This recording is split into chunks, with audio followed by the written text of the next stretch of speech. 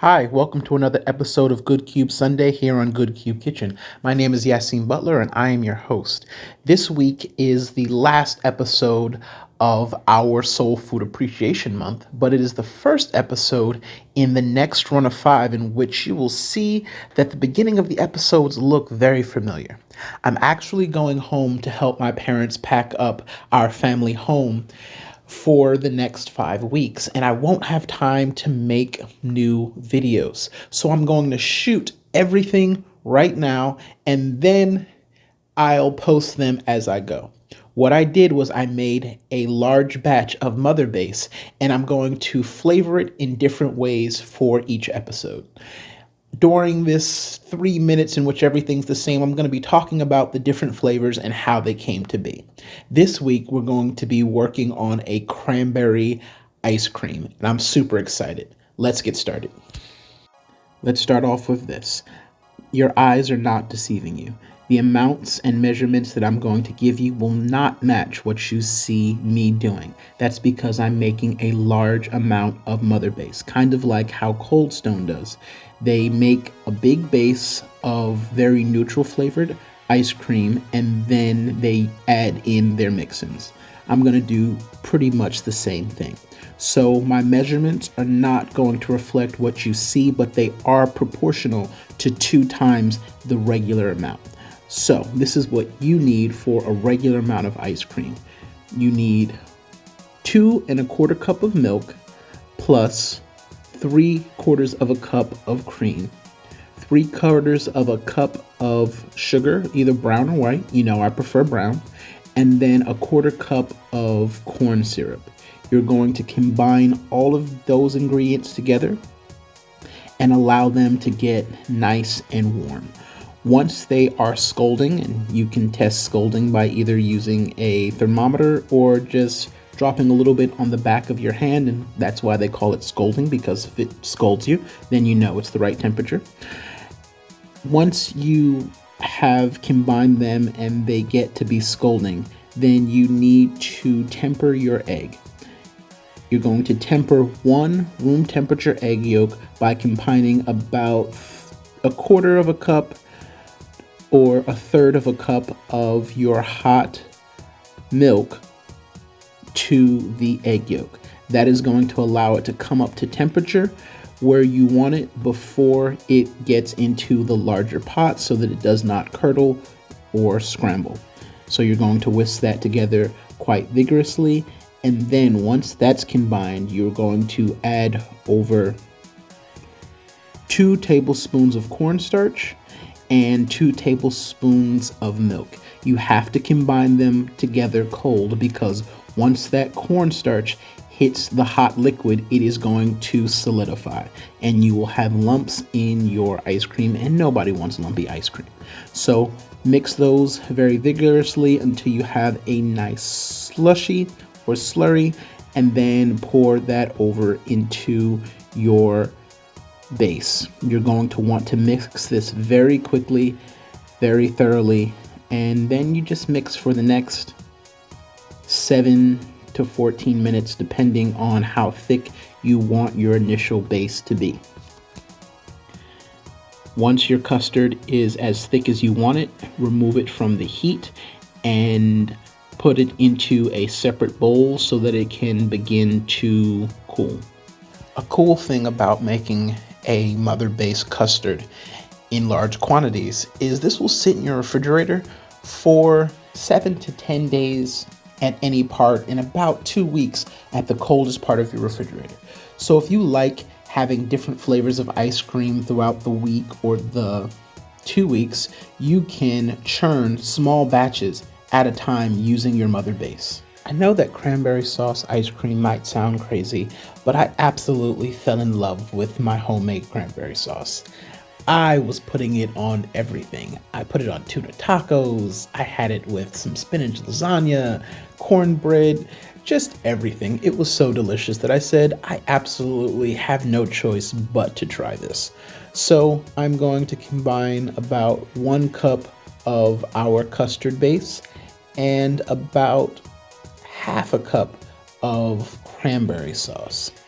and I'm going to allow these to steep together on low so that the flavor of the cranberry sauce can really bleed into the custard. Now, this is where I make the worst decision of this entire thing. The thing about ice cream is it's all about ratios. You need your ratio of sugar, water, and fat to be very precise to get good ice cream. I throw off that ratio entirely because I add over an additional half a cup of simple syrup, which is equal parts sugar and water. If you're a friend of the show, you will realize that we are back in my home kitchen. I brought all of the bases from the Airbnb home so that I can churn them. This ice cream maker churns very slowly because it has a compressor, so I didn't have enough time to churn them all while I was on vacation.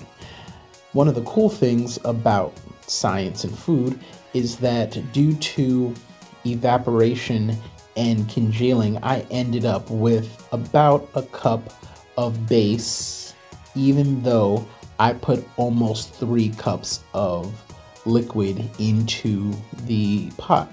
So it turned out to be just enough to be able to churn without a problem. This new ice cream maker has a compressor on it, so I don't need to freeze the bowl, but it does churn much slower, so it's going to take about 45 minutes. During that time, I had a brilliant idea. I still had some leftover apple spice cornbread, and I decided I am going to make up some cornbread bites to sprinkle over. Because is it really a sundae if it's just ice cream? Sundaes require toppings. And since this is the last episode of our salute to soul food, I figured why not go all out and do something a tad bit more ridiculous than cranberry sauce ice cream.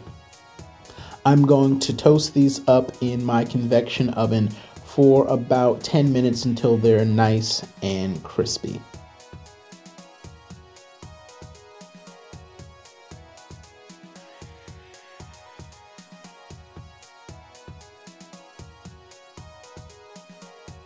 To give it just a little bit more flavor, I'm going to combine my cornbread bites with about 2 tablespoons of brown sugar and a little bit of my crystallized honey, sea salt, and pumpkin spice blend. Just probably half to a full teaspoon. And now I'm going to toss them in this so that they can get that delightful, sweet, salty, spiced flavor really all up in there.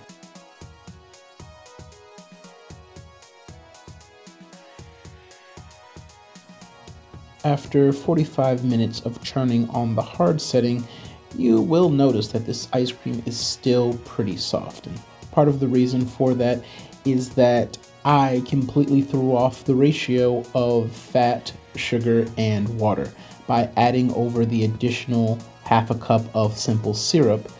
You end up with something that's much more difficult to solidify and freeze. So I'm going to scoop this out and I am going to freeze it in the deep freezer for about 2 hours.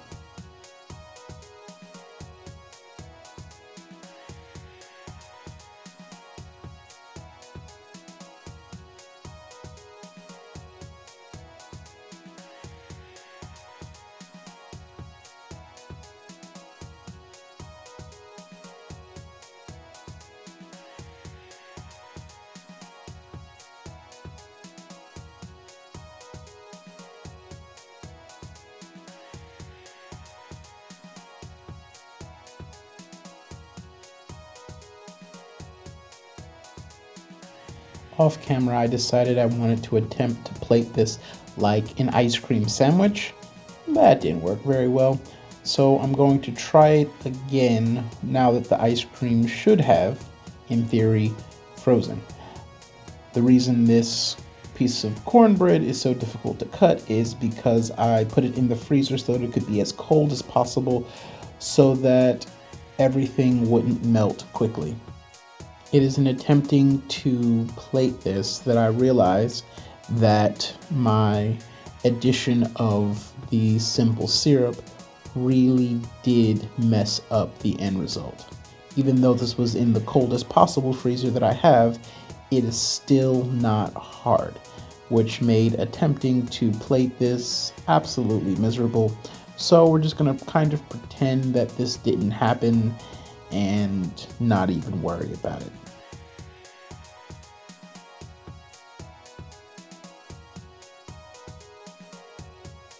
Now we're going to scoop up our Sunday version of this. I'm going to use 2 small scoops because I am trying to be more health conscious with my ice cream consumption, especially since it is only 7:30 in the morning here. I am going to sprinkle over some of my brown sugar toasted cornbread bites and dig in. This is such a great idea, not the best execution. The cornbread bites are really nice and crunchy and buttery. The brown sugar, salt, honey, spice really add to the experience of eating this.